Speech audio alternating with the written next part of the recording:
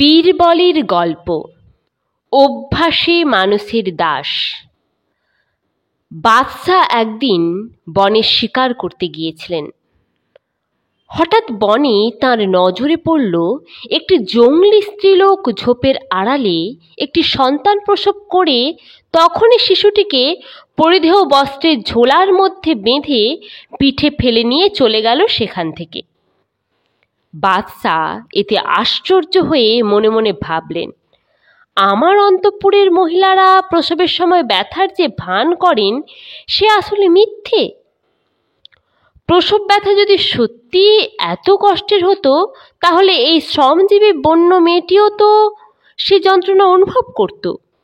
এই জংলি মেয়েটি এমনি অনায়াসে এমন সন্তান প্রসব করতে পারত না।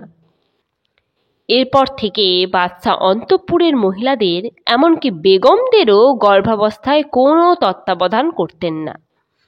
এতে বেগম আর বাদশাহ জাদিদের নতুন আর এক যন্ত্রণায় পড়তে হলো। যত কষ্টই হোক বাদশাহ সেদিকে লক্ষ্য রাখতেন না। শেষ পর্যন্ত তাঁরা বীরবলের কাছে এক বাঁদিকে পাঠালেন এ বিষয়ে তাঁর সাহায্য প্রার্থনা করে। বীরবল সব শুনলেন এবং তাঁর তখন মনে পড়ল সেই শিকার করতে যাওয়ার কথা। বীরবল বাঁদিকে বলে দিলেন, ভাবনার কিছু নেই, এ বিষয়ে আমার যা করার তা করব, বেগমদের নির্ভাবনায় থাকতে বলবে। বাদশার প্রাসাদের বাগানে অনেক রকম শৌখিন ফুল ফুটত। বাদশার আদেশে এক দক্ষ মালী নিয়মিত জল দিয়ে পরিচর্যা করত সেই সব ফুল গাছের। ফুল গাছও বেশ সুন্দর হয়েছিল। বীরবল একদিন মালীকে টবে জল দিতে নিষেধ করলেন। দুদিন জল না পেয়েই ফুল গাছগুলো সব শুকিয়ে যেতে লাগলো।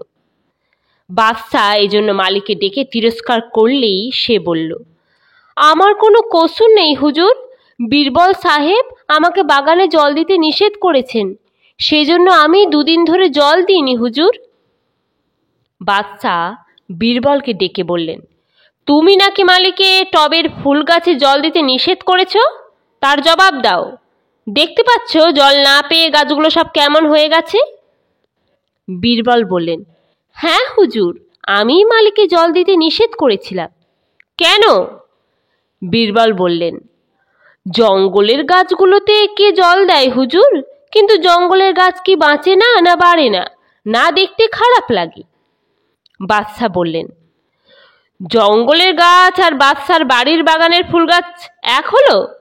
তাই যদি হবে তাহলে জলের অভাবে টবের গাছগুলো এমন শুকিয়ে যেত না। তোমার এ অন্যায় কোনো মতে বরদাস্ত করা যায় না।